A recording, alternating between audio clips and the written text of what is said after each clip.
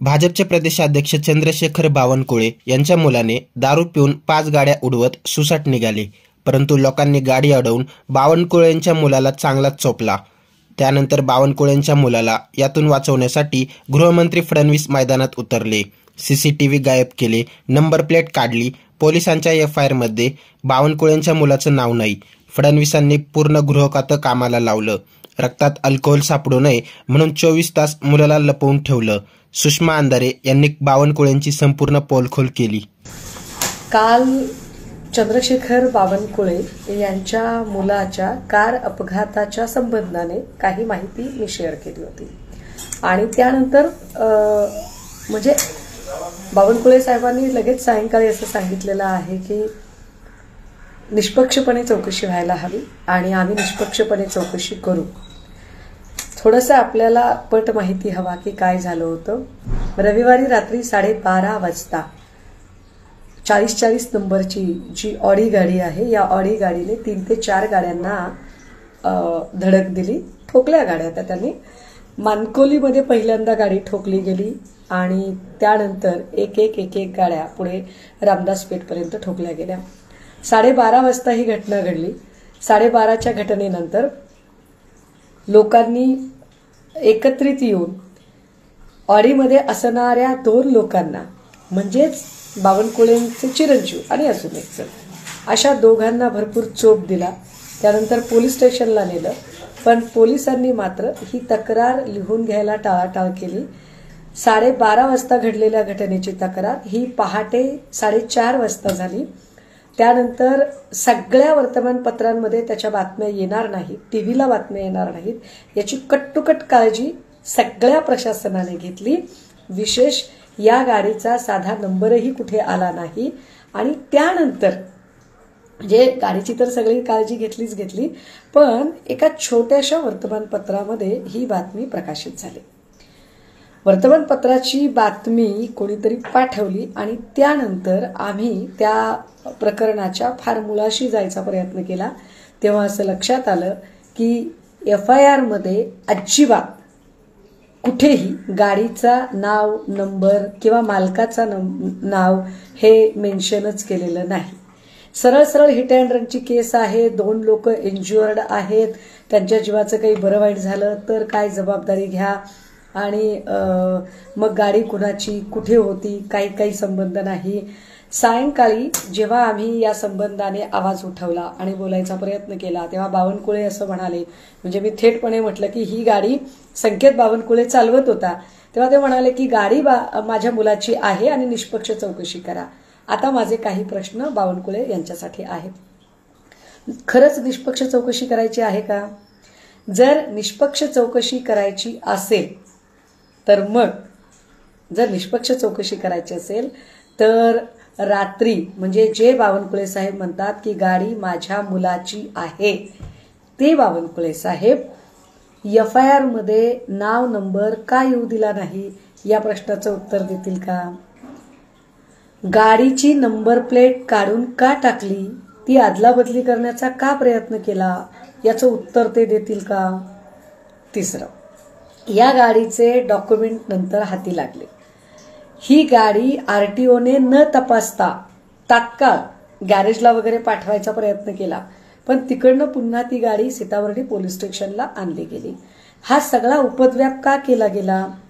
आणि गाडी जर माझ्या मुलाची संकेत बावनकुळेची गाडी आहे हे 6 वाजता सायंकाळी सुचतं बावनकुळे साहेबांना बोलायला, ही गोष्ट त्यांनी दिवसभर का ऍडमिट केली नाही? एकीकडे तुम्ही निष्पक्ष चौकशी होईल वगैरे म्हणता आणि दुसरीकडे संबंध पोलीस प्रशासनावर, आरटीओवर, या सगळ्या लोकांवर तुम्ही दबाव आणायचा प्रयत्न करता आणि वरून तुम्ही दावा करता की तुम्ही फार कायद्याचे भोक्ते आहात. काय बावनकुळेंच्या पोरासाठी कायदा वेगळा आहे का? म्हणजे इथे पुण्यामध्ये वडगाव शेरीच्या आमदारांचं नाव स्वतः तपास अधिकाऱ्यांनी डायरेक्ट घेतलं की आमदार सुनील टिंगरे यांचा पोर्शे कार अपघात प्रकरण लपवण्यामध्ये सरळ हात होता. इथे हात होता त्यांचा. आणि त्याच प्रकारचं प्रकरण आता पुन्हा बावनकुळेंच्या मुलांच्या बाबत घडतं. म्हणजे भाजपच्या नेत्यांची मुलं ही काही गोरगरिबांच्या मुळावर आहेत का? भाजपच्या नेत्यांच्या मुलांच्या लेखी कारण ही सगळ्या बड्या बाप की बिगड़ी औलादे हैं। अब ये बड़े बाप की बिगड़ी औलादे जो है यांच्या लेखी गोरगरिबांच्या जीवाची किंमत शून्य आहे का?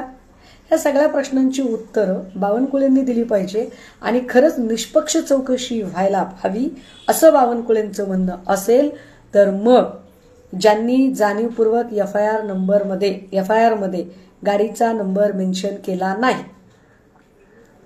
ते ड्युटीवर असणारे पोलीस अधिकारी, कारण एवढं गोंधळ झाला, मारहाण झाली, गाडी चौकीला आणण्यात आली, गाडीतली नंबर प्लेट तोडून ठेवली होती, काय नंबर माहीत नव्हता एफआयआर नोंदवणाऱ्या अधिकाऱ्याला?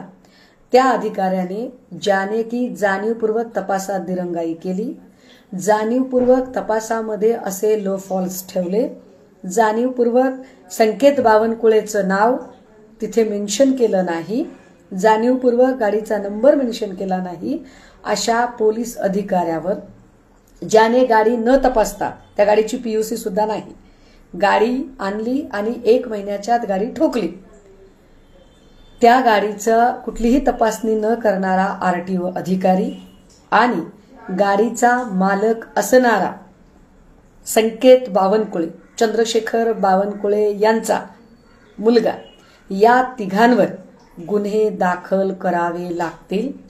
ते गुन्हे दाखल करणं भाग आहे आणि तुम्ही गुन्हे दाखल करत नाही तोपर्यंत बावनकुळे साहेब तुम्हाला हे बोलायचा अधिकार नाही की चौकशी निष्पक्ष होत आहे, कारण तुम्ही सगळीकडून पोलीस प्रशासनावर दबाव आणत आहात, कर्मचाऱ्यांवर दबाव आणत आहात आणि अत्यंत महत्वाचे जितेंद्र सोनकांबळे हा जो प्रेस क्लब मधला कर्मचारी आहे, ज्या कर्मचाऱ्याने फिर्यादी म्हणून ही एफआयआर लिहिली, त्याच्यावर कालपासून म्हणजे गेल्या 18 तासांमध्ये प्रचंड दबाव आहे।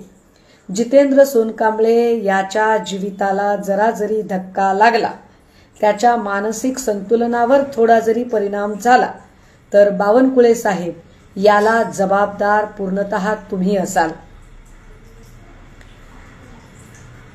आपण या सगळ्यांच्या संबंधाने हे पहिल्यांदा लक्षात घ्याल की जितेंद्र सोनकांबळे या फिर्यादीची सर्वतोपरी सुरक्षेची जबाबदारी ही पोलीस प्रशासनापेक्षा सुद्धा अधिक ही बावनकुळे साहेब तुमची असेल। या सगळ्या प्रश्नांची उत्तरं आपण द्याल ही माझी अपेक्षा आहे आणि मी नागपूरच्या सीताबर्डी पोलीस स्टेशनला तर येईलच आणि तिथे भेटेलच, पण तुर्तास महाराष्ट्राच्या जनतेला हे सगळं माहीत असलं पाहिजे की बावनकुळेंच्या मुलाने किती लोकांच्या जीवाशी खेळ करायचा प्रयत्न केला। 150च्या स्पीडने गाडी चालवणं हे कुठल्या नियमात बसत होतं, त्याचा साधा चलानही कसा काय फाटला नाही, या सगळ्यांवर बावनकुळेंनी आज उत्तर देणं अपेक्षित आहे। व्हिडिओ आवडला असेल तर लाईक करा, व्हिडिओ जास्तीत जास्त शेअर करा आणि आमच्या चॅनलवर तुम्ही नवीन असाल तर आमचं चॅनल सबस्क्राईब करायला विसरू नका। धन्यवाद।